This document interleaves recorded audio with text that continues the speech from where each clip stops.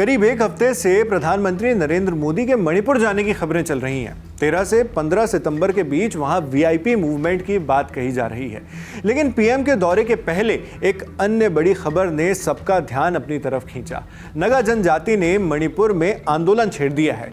इस आंदोलन के तार म्यांमार के लिए आए भारत सरकार के एक फैसले से जुड़े हैं। सरकार ने 2024 की शुरुआत में म्यांमार के साथ एफएमआर यानी फ्री मूवमेंट रेजिम खत्म कर दिया था। यानी दोनों देशों के नागरिकों का परस्पर मुक्त आवागमन बंद हो जाएगा।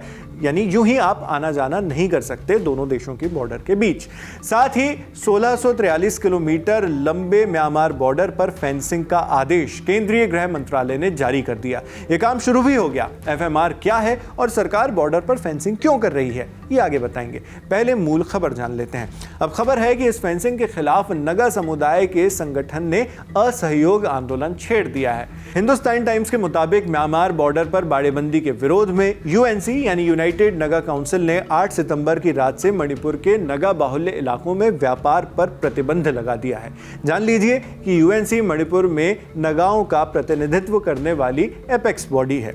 हालिया घटनाक्रम के पहले 26 अगस्त को नई दिल्ली में यूएनसी और केंद्र सरकार के बीच एफएमआर और फेंसिंग के मुद्दे को लेकर एक मीटिंग हुई थी।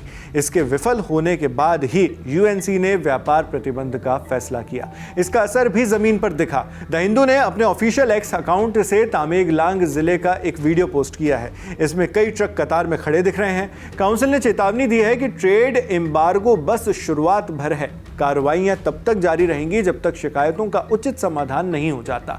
सवाल यह है कि नगा समुदाय की बॉडी ऐसा कर क्यों रही है। यूएनसी का मानना है कि फेंसिंग के बाद से नगा होमलैंड विभाजित हो जाएगा। म्यांमार में मौजूद नगाओं से संबंध हमेशा के लिए टूट जाएगा। काउंसिल ने सरकार पर आरोप लगाया है कि वो नगाओं की भूमि अधिकारों की अवहेलना कर रही है और बॉर्डर पर बाड़ बनाने का काम चल रहा है। अब जरा समझ लेते हैं एफएमआर यानी फ्री मूवमेंट रेजिम क्या है, इसकी जरूरत पड़ी क्यों, इसको खत्म करने के बाद बॉर्डर पर तार क्यों खींचे जा रहे हैं।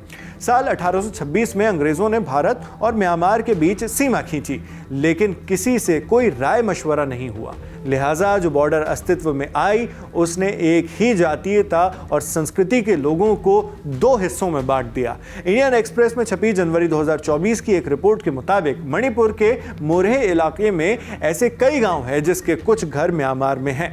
नागालैंड के मोन जिले में सीमा रेखा लोंगवा गांव के मुखिया के घर से होकर गुजरती है। माने उनका घर दोनों देशों में है, इसलिए दोनों देशों के बीच संपर्क और आवाजाही को सुविधाजनक बनाने के लिए फ्री मूवमेंट लागू किया गया था।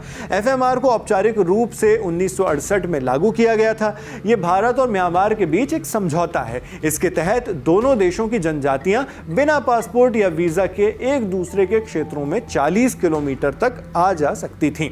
2004 में इसे घटाकर 16 किलोमीटर कर दिया गया। आगे चलकर यह सीमा 10 किलोमीटर हो गई। अंत में फरवरी 2024 में एफएमआर को समाप्त ही कर दिया गया। अब चूंकि यह नियम ही खत्म हो गया है तो मुक्त रूप से आवागमन जिससे हो रहा था, इसलिए सरकार फेंसिंग लगा रही है। उसका मानना है कि इससे म्यांमार के रास्ते होने वाली अवैध घुसपैठ, ड्रग्स और हथियारों की तस्करी पर लगाम लगाई जा सकती है।